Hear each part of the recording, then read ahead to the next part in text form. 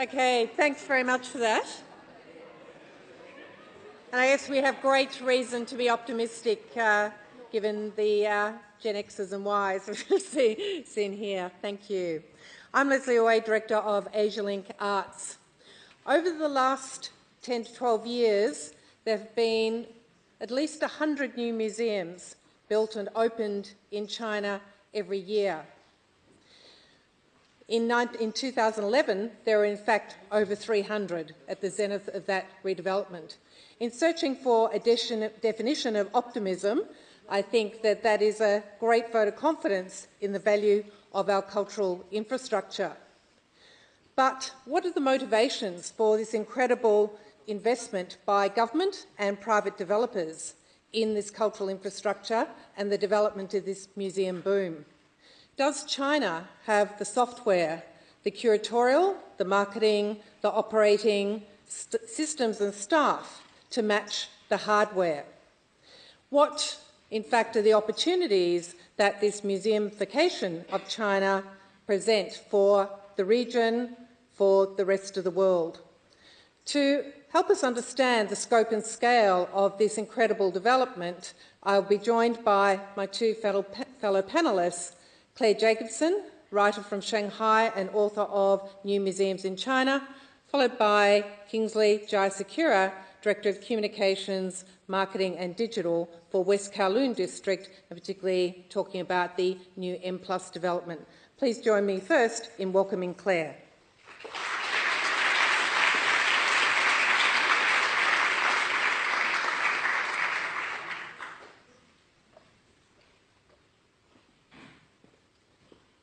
Thanks so much, Lesley, and thanks to the folks at Agenda for bringing me here. I am an architectural writer, so I'm going to give you my story from an architectural viewpoint. That's my book. The great number of new museums in China demonstrate that architectural production is moving from the country's rapid urbanization to the niceties of culture. This museum building boom comes with great government support. The bulk of museums, in fact, are government-sponsored. 87% of all museums in 2012 are government-run institutions. And in just 2 short years, between 2008 and 2011, the Chinese government appropriated 5.2 billion renminbi, which is roughly 800,000 US dollars, in support of museums and memorial halls. Now, this investment is important. The large government expenditure indicates the systemic value being placed on museums throughout the country. Museum buildings are used urbanistically to establish the cultural and architectural centers of Chinese cities. So within a sea of somewhat anonymous buildings in the urban fabric of China, these buildings stand out and make a difference. They are positioned at the heart of many new urban developments as they express the aspirations of a changing society. So as a church or a town hall might be the center of a town in the West, so too museums and other cultural institutions such as opera houses and libraries are the hearts of new towns and new developments in China. Both government-sponsored and private museums are used in this urbanistic way, and I'll give you 2 examples from Shanghai, where I'm from, of 2 major developments going on there. One is the former site of the World Expo, where 2 government-run institutions are key to new development. The China Art Museum, which is China's largest museum currently, and the Power Station of Art, which is China's first state-sponsored museum of contemporary art. These are key to this large new development. Further down the river in Shanghai, at another site of development, the West Bund, 2 private museums anchor development there. That is the Long Museum and the Youth Museum. So at both of these sites and throughout China, these museum buildings are built first. The housing, offices, and whatnot come later. So what exactly am I talking about when I'm talking about this museum building boom? Lesley already mentioned roughly 100 buildings a year. The government figures between 2000 and 2011, China built 1,198 museums. And China's State Administration of Cultural Heritage said that the country had, in 2012, a total of 3,400 museums. Now, that is just a fifth of the estimated 17,500 museums in the US, where I come from. But the rate of construction compared to that, I think, anywhere in the world is rather astronomical. So speaking of the US, which I was just a moment ago, the current museum building boom in China is somewhat comparable to that in the US in the end of the 19th century, a time that one author refers to as the US's urban moment, when cities were really establishing themselves. And of course, China's urban moment and its museum boom are happening at a much larger scale and a much quicker pace than that in the US. But I think both booms have the same intention, and that is for cities to say, we have arrived. Now, more important to me than the quantity of the buildings is the quality. You see, I hope, the great variety and of the architectural design in these slides from the book. In fact, 11 Pritzker Prize-winning architects have built or are building new museums in China. The Pritzker is essentially the Nobel of architecture. It's awarded annually to an architect for his or her career's work. And Wang Shu, who is China's first recipient of the prize, he won it in 2012, is best known for his museum design. Now, you might say, who cares about star architects and what they're up to? But frankly, I think that so many talented art designers are spending their efforts on this particular building type at this particular time in this country is significant. I do need to mention that it's not just star architects, of course. New architecture firms throughout China are establishing their reputations with museum work. Museums are prestige projects, no doubt, and they garnish a lot of publicity for new firms. Museums are often taken on by small firms in China instead of by the large design institutes that build most of the country. So this combination of talented foreign architects and talented local architects means a lot of quality museum building. Now, sadly, the same quality does not yet exist in other aspects of museums, the curation, exhibition design, outreach, etc. These are all falling behind the architectural production. And museums, in fact, are often designed without a specific program, but rather to have flexible space for different opportunities. You might have read the disheartening media stories about fake art, poor security systems, low visitor numbers, empty museums, etc. And I don't discount these stories and recognize them as a true problem, but yet I am giddily optimistic. Some friends say stupidly optimistic, but still very optimistic about the potential of new museums and not just their architecture. I think we have to recognize that the museum type is an imported form. It first arrived in China in 1868 when a French Jesuit brought his collection of stuffed mammals and set up a museum. And of course, there were many years in recent history when museums throughout China were not exactly active. But I can personally witness in just the 5 short years that I've lived in Shanghai the great growth in quality in all aspects of museums, again, not just their architecture. So I want to end with a crystal ball look into the future of this museum building boom. Sadly, I don't really have that crystal ball, so I can't say much, but I can offer two stories that might inform the future. First comes from a Shanghai-based architect I know who compares this boom to a previous building boom in China, throughout China. This was a stadium building boom that coincided with the Beijing Olympics. And this architect contends that once the Olympics were over, the rush to build stadiums was also over. He thinks the same will happen to museums, that there will be this short window of great productivity and a very quick end. Another story which might affect the construction of new museums comes from a symposium in Beijing last month, where President Xi Jinping made a call for, quote, no more weird architecture. Yeah, it remains to be seen what he means by weird architecture, but as we all know, museum buildings, and I think as a lot of these slides show, are some of the most adventurous architectural designs. So if by weird he means adventurous, we're really in trouble.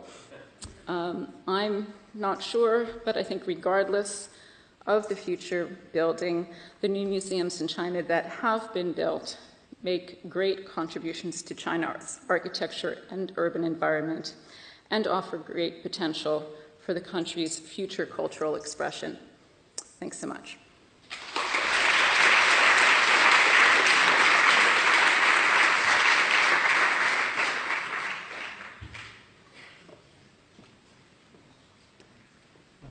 Hello everybody, I'm Kingsley, Director of Communications Marketing Digital for West Kowloon. I'm going to talk about M+. So, M+, West Kowloon. And really following on from what's been talked about, I guess our approach really is talking about building a museum from the inside out.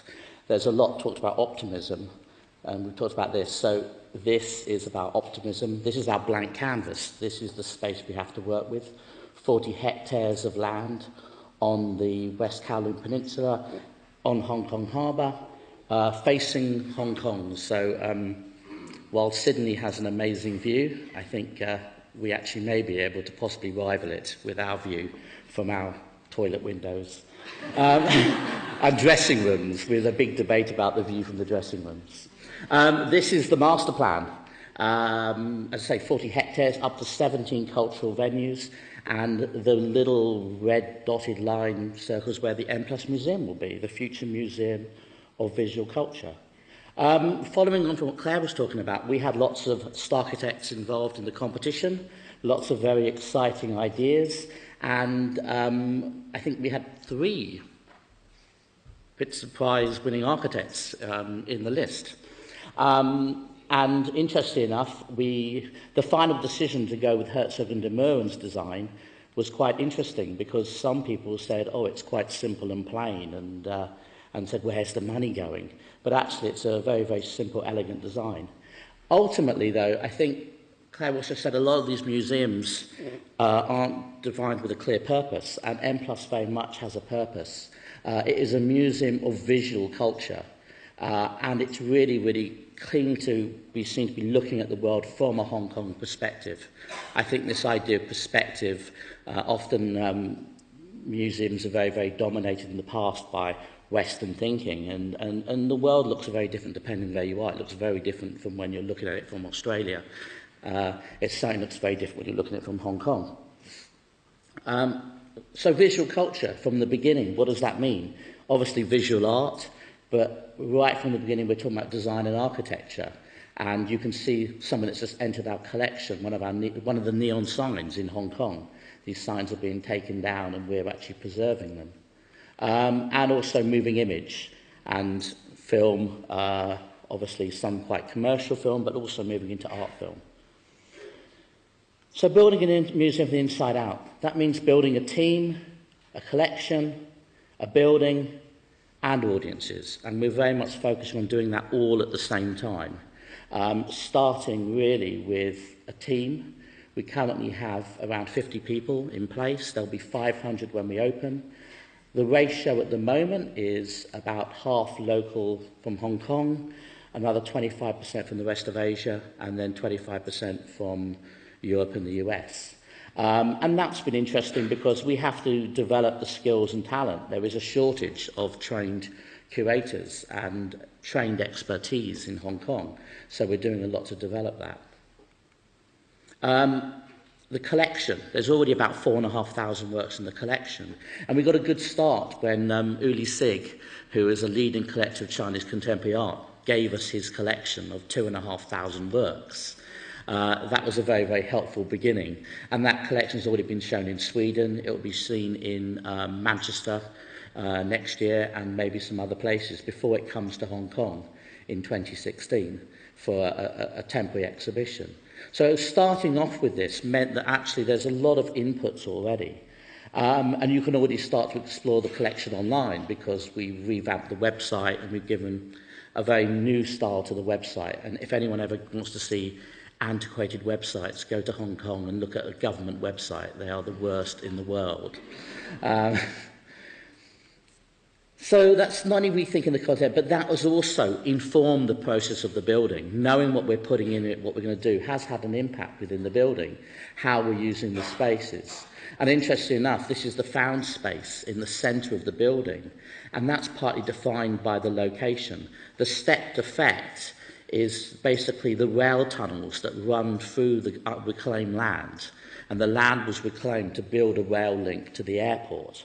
And what Herzog and de Mona suggested is that we dig down and open up that space to create a very, very dynamic thing, and to give the building some form of rooting in a very impermanent setting. And really looking at how we can open up the building, make the buildings very, very clear and open, so you get a good movement of people, rather than creating, often is the case, these sort of, like, as they're called, concrete culture bunkers. You know, very, very forbidding spaces that people can't find their way into. And again, Hong Kong has a few of those, and a lot of countries do. I mean, it's a style of architecture that often people find quite intimidating as a member of the public to enter into. So really we're talking about the idea of the museum as a building. It's a relationship between content and audience. And Robert talked about interesting ideas about inequality and what's happening in cities. Hong Kong is the kind of case study of inequality in cities in terms of wealth and poverty, in terms of property prices. And we have to be very conscious of that and what our role is. Anyone who's been following the news and seen the things going on in Occupy will realise how strongly these things resonate in Hong Kong society. And art has a part to play in that. Trying to understand a bit about audiences, there's been a whole process with Mobile M Plus of doing nomadic exhibitions, going out into the community. The first of these was an exhibition in Yau Ma Tei, where a number of local artists did exhibits in different spaces, so taking it into a very, very local area in Kowloon, and really, really trying to bring art into those environments and really trying to engage with people. We also had the first exhibition of major inflatables on the empty site, and this attracted 150,000 people. It wasn't without controversy, because one of the works we bought was a piece by Paul McCarthy, his large pile of inflatable poo. And that created a certain stir. Interestingly enough, it was interesting to see that Paul McCarthy's work creates a stir even in Paris. So the fact that actually it appeared in Hong Kong and actually, you know, attracted a large number of visitors didn't seem, in the end now, doesn't look so strange. But we're in a very strange environment in Hong Kong, because Hong Kong is also the centre of the contemporary art market. So you have very fast advances, but other areas where the public go, what on earth is this? We heard about the statement that was made about weird architecture. Attached to that, there was also a statement that said that art should be uplifting and for the betterment of society. And I think that's one of the trends that may grow, and that has a knock-on effect into Hong Kong. We did our first exhibition of the architecture collection, which showed off the competition entries for the M+, but also showed off how we were displaying architecture. And we had 20,000 people come to that, which was a record for that gallery. And one of the most recent things we did was an online project where we did a study of Hong Kong's neon, where we actually mapped the neon and we did a crowdsourcing project where people could take pictures, and people went around taking images. We had 4,000 images of neon signs, creating a record of the neon in the city, which was a very, very exciting thing. And also something that I think a lot of local people really, really found important and valued, but also had international reach.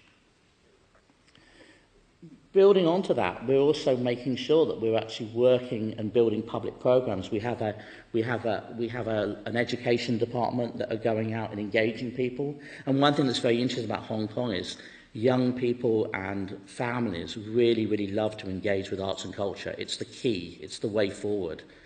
People love to make things and do things, and family is the centre of all that.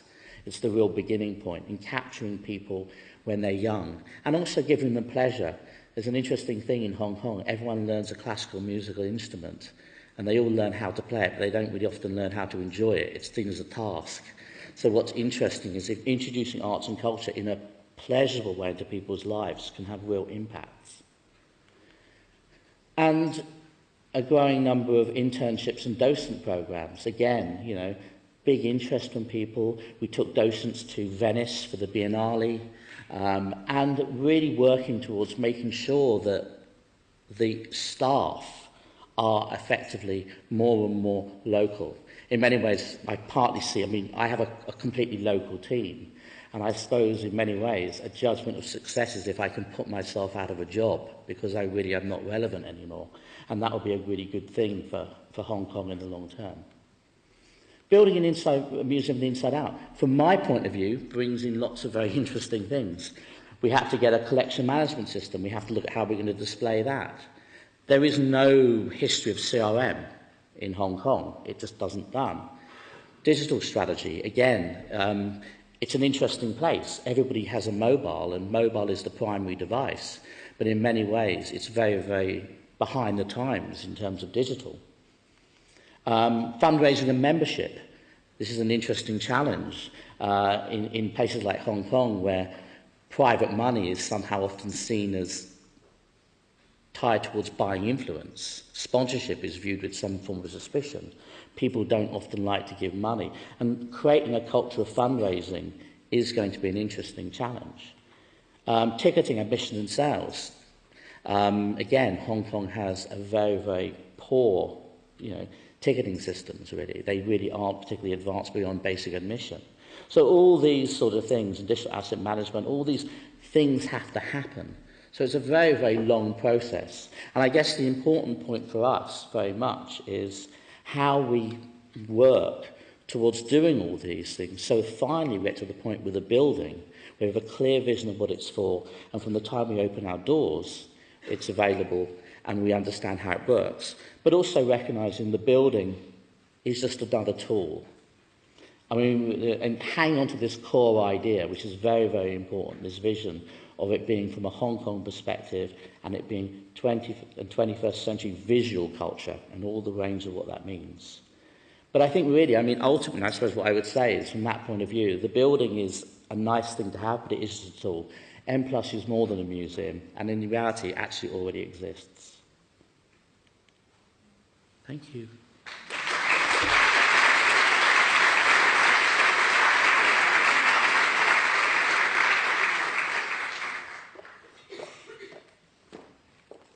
Thanks very much. And I think the good news is that we're now back on track with time, so we do have a few minutes for conversation and perhaps even for a question from the audience. I guess what I'm interested in to ask each of you is, to what extent do you think that these museums in China more broadly and in Hong Kong specifically are for local or global audiences? Claire, perhaps you'd like to comment. Local or global audiences in terms of their being...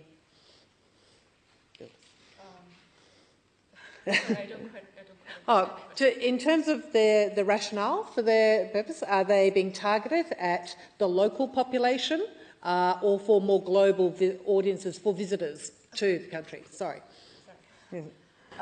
I think for local audiences, this part of museums isn't exactly my expertise, but from my own experience, shows are are visited by many more local people than tourists, and so I can only suspect targeted the same. Yeah. What about in Hong Kong? I think that originally when the project was conceived way back in 1998, it was definitely about Hong Kong's place on the international stage, and it was about this idea of a global city. But increasingly over time, there's been a very, very strong local kind of feeling. And there's much more of an internalised idea. And I think that's reflected in the political agenda that's going on. But I think also any museum has to really, really secure its local audience first. Any museum that doesn't really, really work for the local population, the taxpayers, you know, for the people who surround it every day, I think is failing. So in the end, I think that for us, which is why the projects we're looking at are very much about trying to find really what works for the local population, finding out the kind of issues. And I think that the broad agenda of visual culture actually helps that, I think. And I think one of the issues about building museums in China is really the convergence of commercial and government interests, of private and public interests. To what extent do you think that that is an issue in terms of building these museums and then running these museums? And is in fact that now any different from what's happening in the West? I think it's different in the style that it's done. I mean, I still remember the first time I went to the Museum of Modern Art in New York and saw all these Bank of America banners, and I was like, what's going on here? Because, you know, private funding had moved to a different model. Now I go to the Met and there's a gift shop in every corner. So I think in the West, people are kind of used to those kind of commercial entities. They're not so used to what happens in China sometimes, which is exhibitions that are actually funded by the artist, you know, government that has a hand in suggesting what exhibitions are run. So there's a different kind of cross. But yeah, there is a great cross between private and public interests. In fact, I think in many respects, a number of museums that people think might be private are in fact, you know, semi-government anyway, in terms of perhaps the personnel that are running them, or in terms of access, because often the only way that a developer can get access to land is in fact from the government, is to build a museum, which goes to the heart of some of the motivations. The land deals are a large part of it. A lot of new residential compounds in China will have a museum or other cultural building at its front, as you mentioned, kind of a land deal. And sometimes after the housing is sold off, the former museum takes on different uses, specifically commercial uses. Yeah. Kingsley? Yeah, I think, I mean, in the end, I mean, West Kowloon has had quite a long history, and partly originally the idea was that developers would do a lot of this work, but there is a big suspicion of private developers. I mean, you know, particularly I think with their site, it's probably the most expensive real estate in the world. And so how you kind of separate that from, and there is in Hong Kong very, very clear separation between what the government does and what happens privately. And one of the big challenges will be how we can kind of break that down. As I said, it's an interesting challenge around fundraising particularly, and how we can get, you know, secure money from people and also give them the benefits. So it's certainly one of the biggest challenges, I think, because there isn't really a clear one.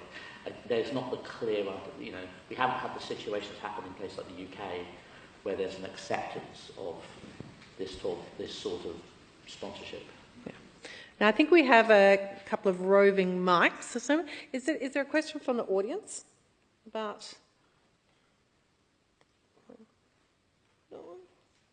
Yeah, it's up in the middle there. I just wanted to ask, what's going into these museums, these buildings that have been built, what's actually going in them? A great variety. I can speak about Shanghai. There's, in the last 5 years, a new auto museum with a great collection of like 1960 muscle cars from the US. There's a film museum of Shanghai history. You know, was very did a lot of films in the 1920s, and the museum focuses on that. There's a glass museum of both international and local artists. There are also art museums, but there is a different type of museum in China that I think it's important to recognize. There are, in fact, two words for a museum. One is an artifact museum. The other might be more properly translated as Kunsthalle.